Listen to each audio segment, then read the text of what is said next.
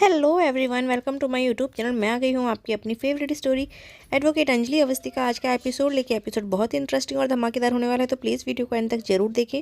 Channel पे नए हैं तो चैनल को सब्सक्राइब करना, बेल आइकन को प्रेस करना बिल्कुल ना भूलें। आज के एपिसोड की शुरुआत में हम देखने वाले हैं कि यहाँ पे जो पंकज पुरोहित होते हैं वो अग्निशिखा को बहुत ही सावधान करने के लिए बोलते हैं, क्योंकि उन्हें पता है कि जो रानी दामोदर मजुमदार है वो बहुत ही बड़ी माफिया के साथ अब मिल चुकी हैं और वो अंजलि को कहीं ना कहीं नुकसान पहुंचाएंगी और उन्हें मारने की साजिश कर रही हैं। तो आज के एपिसोड की स्टार्टिंग की ट्रैक में हम फोन देखने करते हैं वाले हैं अंजलि के यही पास और कि बोलते हैं कि अग्निशिखा है, इस पे पंकज पुरोहित बोल रहा हूँ। तभी वो बोलते हैं कि हाँ सर बोलिए। और यहाँ पर वो उससे सतर्क करते हैं अंजलि को कि तुम उन लोगों से बच के रहना, वो लोग तुम्हारा कभी भी शिकार कर सकते हैं और वो मारने के लिए ढूंढ रहे हैं, तो तुम पर कभी भी हमला हो सकता है, अटैक कर सकते हैं। यहाँ पर वो दामोदर मौजूमदार और उनके आदमियों के बारे में बताते हैं। तभी देखते हैं कि अंजलि जो होती है इस बात को लेकर के बोलती है कि सर वो कुछ नहीं कर पाएंगे, वो हमारा कुछ भी नहीं कर पाएंगे। तभी इस पे पंकज पुरोहित उन्हें समझाते हैं कि देखो, अपने दुश्मनों को कभी भी ऐसा नहीं सोचना चाहिए कि वो कमज़ोर हैं, वो कभी भी वार कर सकते हैं। और वो दामोदर मौजूमदार बहुत ही पहुंचा हुआ लोग हैं, तो और उनको पता चल चुका है। तभी देखते हैं कि वो यहाँ पर अंजलि बोलते हैं कि तो दामोदर मौजूमदार को आप बोल दीजिएगा कि एडवोकेट अंजलि अवस्थी आ चुकी है और वो उनकी पूरी हस्ती मिटा कर रख देगी, उनके क्राइम की दुनिया को बर्बाद करके रख देगी। तभी देखते हैं कि वो बोलते हैं कि आप इसमें मेरा साथ देंगे ना सर। तभी ऐसे भी पंकज पुरोहित बोलते हैं कि हाँ अग्निशिखा, मैं आपके साथ हूँ, लेकिन आप फिर भी सतर्क रहिएगा। तो वो बोलते हैं कि हाँ सर। और यहाँ पर अंजलि को पहले से ही पता था, तो अंजलि बताती है कि सर मुझे सब पता है कि वो कुछ भी हो, वो गिनी से शादी करना चाहते हैं और वो प्यार में डूब चुके हैं और उन्होंने मेरी अपनी शादी से पहले मेरी मौत मांगी है। यहाँ पर लड़के वाले दहेज देते हैं, लेकिन इसमें लड़की वाली ने दहेज मांगा है, तो बदले में उसने मेरी जान मांगी है। इस तरीके से बताते हैं। तो वो बोलते हैं अग्निशिखा आपको सब मालूम है? तभी अंजलि बोलती है कि हाँ सर मुझे सब पता है। और तभी बोलते हैं कि ठीक है, आप इससे पहले कुछ हो आप यहाँ पर थाने पे आ जाइए। तो वो बोलते हैं कि सर मैं आ रही हूँ। देखते हैं जैसे अंजलि बस्ती से निकलती है तो स्टेफनी और प्रदीप जो होते हैं वो रास्ते में आ जाते हैं और बोलते हैं कि ए अंजलि, आरती की शादी हो गई क्या? तो बोलते हैं हाँ। तभी वो लोग पार्टी के लिए बोल देते हैं कि तुझे पार्टी तो देनी होगी। तो वो बोलती है कि हाँ ठीक है, लेकिन अभी फ़िलहाल के लिए मुझे कुछ काम है तो मैं जाती हूँ, आते हैं तो फिर पार्टी होगी। तभी देखते नहीं नहीं अंजलि, तो ये पार्टी देनी तो होगी, करना तो होगा, आखिर आरती की शादी हो गई है, अब हम लोग बूढ़े हो गए हैं, वो बड़ी हो गई, उसकी शादी हो गई। तभी देखते हैं कि आरती के पास प्रदीप और स्टेफनी फ़ोन करते हैं और बोलते हैं तो कि आरती तू यहाँ पे आ जा और पार्टी दे, तेरी शादी हो गई ना। तो आरती खुश होती है और बोलती है कि हाँ लेकिन मैं नहीं आ सकती मामा, क्योंकि यहाँ पर मेरी सुहागरात की रस्म होने वाली है और बहुत सारी रस्में हैं, इसकी वजह से मैं नहीं आ पाऊँगी, लेकिन पार्टी मिलेगी। तभी वो फ़ोन रख देते हैं। यहाँ पर अंजलि बोलती है कि फिलहाल के लिए अभी मुझे बहुत काम है, मैं आती हूँ तो फिर मैं पार्टी करती हूँ। और देखते हैं कि अंजलि वहाँ से निकल जाती है। तभी देखते हैं कि वो अंजलि जैसे ही मार्केट से निकलती है तो वो रिक्शा का इंतज़ार करती है। इतने में देखते हैं कि एक रिक्शा आता है जिसमें कि एक उसके गुंडे होते हैं। अंजलि जैसे ही देखती है तो गुंडों के हाथ में तलवार होती है और उसे गिन्नी की बात याद आ जाती है कि वो उसे जान से मारने की कोशिश करेंगे। तभी देखते हैं कि अंजलि जैसे उसे देखती है उन गुंडों को, तो वो भागती है और जो गुंडे होते हैं वो अंजलि का पीछा करते हुए भागते हैं। यहाँ पर देखते हैं कि अंजलि उन गुंडों से बचाती है और पब्लिक के बीच में वहाँ से निकल कर भाग रही होती है। इतने में देखते हैं कि वो वहाँ पर बस्ती में जाती है और पीछे पीछे बहुत सारे गुंडे होते हैं जो कि अंजलि पर वार करने के लिए जाते हैं। अचानक से अंजलि का पैर टकराता है और देखते हैं कि अंजलि जो होती है वो गिर जाती है।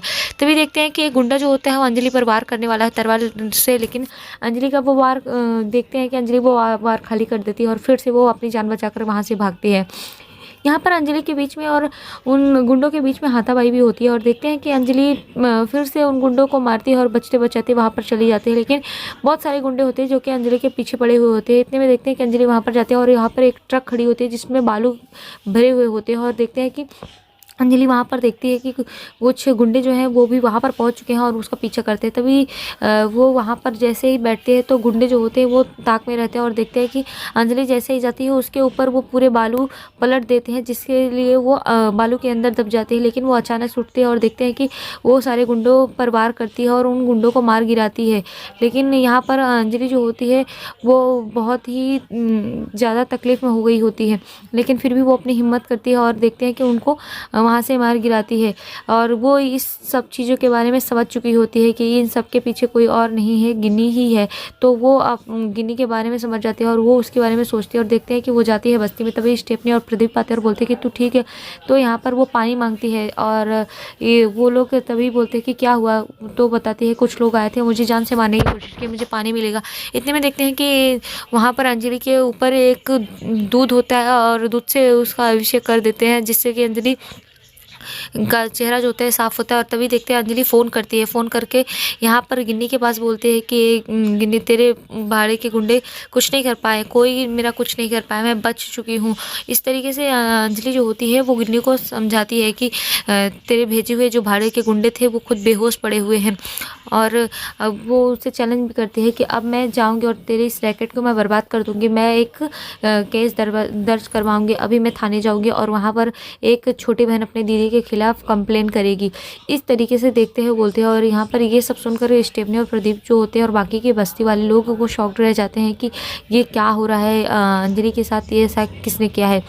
यहाँ पर देखते हैं कि अंजलि जैसे ही ये सब बोलती है तो गिन्नी जो होती है ये इस बात को सुन करके हैरान हो जाती है ये, और बोलते हैं कि तू अभी तक बच गई, तू जिंदा है अभी तक। तो बोलते हैं हाँ मैं बच चुकी हूँ, मैं जिंदा हूँ और मैं तेरे इस पूरे रैकेट को बर्बाद कर दूंगी, उस दामोदर मजुमदार को मैं बर्बाद कर दूंगी। इस तरीके से यहाँ पर अंजलि उसे चैलेंज करती है। और देखते हैं कि गिन्नी जो होती है इस बात को सुनती है और अंजलि बहुत ही गुस्से में होती है। तभी देखते हैं कि वो जैसे ही फ़ोन रखती है तो उसे वहाँ थाने पर जाना होता है। वो एसपी पंकज पुरोहित जो होते हैं वो फ़ोन करते हैं। तभी अंजलि जो होती है उनसे बोलते हैं कि सर मैं आ रही हूँ। तो यहाँ पर बोलते हैं नहीं नहीं अग्निशिखा, आप कुछ मत करिए, मैं खुद यहाँ पर आता हूँ। और वो वहाँ से जाने की कोशिश करती है बस्ती से। तभी प्रदीप और स्टेफनी बोलते हैं कि नहीं आप मत जाओ, यहीं पर रहो। तो वो बोलती है कि हाँ, एसपी पंकज पुरोहित जो होते हैं वो वहाँ पर आ जाते हैं। इसलिए अंजलि वहीं पर रुक जाती है बस्ती में और वो वहाँ पर आने का इंतज़ार करती है। इधर दूसरी तरफ देखते हैं कि राघव सिंह राजपूत जो होते हैं वो चंद्रभान ठाकुर से बात करते हैं और उन्हें शादी के लिए नहीं आए होते, इसलिए वो शिकायत करते हैं कि आप शादी में नहीं आए, आप आते तो बहुत अच्छा होता। लेकिन वो यहाँ पर मना कर देते। तभी देखते हैं कि वो डिमांड करते हैं महक के लिए। तो यहाँ पर राघव सिंह राजपूत बोलते हैं कि हाँ हाँ महक एकदम सुरक्षित है और मैं भेज दूंगा आपको आपके घर में। मैं जानता हूँ कि आपको आपकी बहू चाहिए और मैं उसे जल्द ही भेज दूंगा, वो आखिर वो आपके घर की रौनक है। इतने में देखते हैं कि फ़ोन कट करते हैं। तभी देखते हैं सादिका आती है और एक शादी का कार्ड लेकर आती है। यहाँ पर देखते हैं कि वो बोलती है कि क्या है सादिका। राघव सिंह राजपूत जैसे ही पूछता है तो सादिका बोलती है बड़े भैया आप ही देख लीजिए, कार्ड आया है। और देखते हैं कि कार्ड में गिन्नी अपनी शादी का कार्ड भेजी होती है। तो वो गिन्नी की शादी का कार्ड देखते हैं तो बोलते हैं कि बट ये क्या हो रहा है, गिन्नी दोबारा शादी करे। तभी बोलते हैं हाँ वो दोबारा शादी करे। इतने में देखते हैं कि एक अननोन नंबर से फ़ोन आता है राघव सिंह राजपूत के फ़ोन पर और वो फ़ोन किसी और का नहीं गिन्नी का होता है। तभी गिन्नी बोलती है कि मैं राघव सिंह राजपूत से बात करती है और बोलती है कि मैं रानी मौजूमदार बोल रही हूँ। राघव सिंह राजपूत इस नाम को सुनते हैं वो समझ नहीं पाते। तभी सादिका इशारे में बोलती है कि ये गिन्नी का दूसरा नाम है। तभी वो बात करते हैं और बोलते कि हाँ बोलो इन्हें। तो वो अपनी शादी के कार्ड के बारे में बताती है और बोलती है कि राघव सिंह राजपूत मैंने आपको न्योता दिया है ना, तो आ जाना आप मेरा कन्यादान करने के लिए। तो बोलते हैं कि तुम पागल हो गई हो क्या, मैं तुम्हारा कन्यादान कैसे करूँगा। तो बोलते हैं अरे आप आ जाइएगा। अरे आप क्यों नहीं करोगे, आपको तो मालूम है कि आपके घर वाले ने, आपके बेटे ने मेरे साथ क्या क्या किया है, कितना कुछ किया, धक्के मार कर तुम लोगों ने मुझे बाहर कर दिया। तो मैं पूरे राजपूत परिवार को बर्बाद कर दूंगी, पूरे खानदान को मैं बर्बाद कर दूंगी, नहीं छोड़ूंगी। मैं एक बंगाली टाइगर से शादी करने वाली हूँ, आप जानते नहीं दामोदर मौजूमदार को। इस तरीके से वो बात करती है। इतने में देखते हैं अभय जो होता है वो आता है और वो पूछते हैं कि पापा किसका फ़ोन है। यहाँ पर देखते हैं कि राघव सिंह राजपूत बताते हैं कि गिन्नी का फ़ोन है और तभी वो बात करते हैं गिन्नी से और गिन्नी का फ़ोन लेकर के बोलते हैं कि मैंने तुम्हें बोला था ना कि तुम यहाँ पर फ़ोन मत करना। तभी गिन्नी बोलती है हाँ हाँ क्यों नहीं, मैं आखिर शादी करने वाली हूँ और कोई है जो मुझे तुमसे ज़्यादा प्यार करता है, बहुत प्यार करता है, मेरी परवाह करता है, वो सिर्फ मुझसे प्यार करता है, तो मैं उससे शादी करने वाली। तभी यहाँ पर अभय बोलता है कि तुम किसी से शादी नहीं कर सकती, तुम सिर्फ अपने बारे में सोचती हो।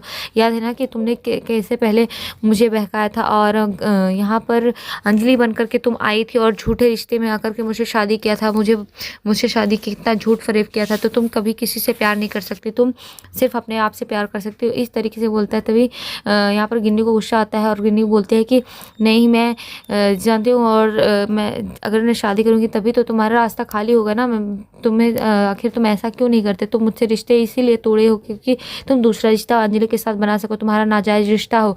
ये सब सुन करके देखते हैं कि वो गुस्सा करता है और वो बोलता है कि हाँ ठीक है, अगर ऐसा है तो इसमें गलत ही क्या है, मैं अंजलि से प्यार करता हूँ और मैं अंजलि के साथ अपना रिश्ता बनाना चाहता हूँ। वो अकेली पड़ चुकी है, उसे किसी साथ की ज़रूरत है, किसी सहारे की ज़रूरत है, मैं उससे शादी करना चाहता हूँ, तो इसमें गलत क्या है? और तुमसे तो मेरे सारे रिश्ते टूट चुके हैं। जैसे ही वो अंजलि का नाम लेता है, यहाँ पर देखते हैं राघव सिंह राजपूत बहुत गुस्सा करता है और वो बोलता है कि अबे तुम पागल हो चुके हो क्या?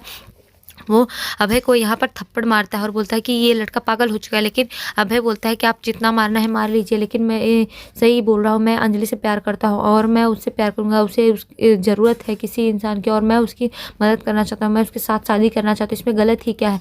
और अगर आप चाहते हैं कि अंजलि मुझे नहीं मिलेगी तो मैं घर छोड़कर भी चला जाऊँगा, लेकिन मैं अंजलि का साथ नहीं छोड़ूंगा। मैं अंजलि से प्यार करता हूँ। इस तरीके से बोलते हैं कि मैं अंजलि से बहुत प्यार करता हूँ। राघव सिंह राजपूत गुस्सा करते हैं, थप्पड़ मारते हैं। यहाँ पर देखते हैं कि सादिका को मौका मिल जाता है और सादिका बोलती है वाह रे प्यार क्या चीज़ है। एक तरफ दामोदर मौजूमदार और रानी मौजूमदार और एक दूसरी तरफ है अभय और अंजलि। तो फिर ये प्यार भी परवान चढ़कर बोल रहा है, प्यार कुछ भी करवा सकता है। इसने में देखते हैं कि वो बोलते हैं कि भले ही कुछ भी हो, लेकिन अब मुझे तो मौका मिल चुका है अपनी दूसरी शतरंज की चाल चलने का।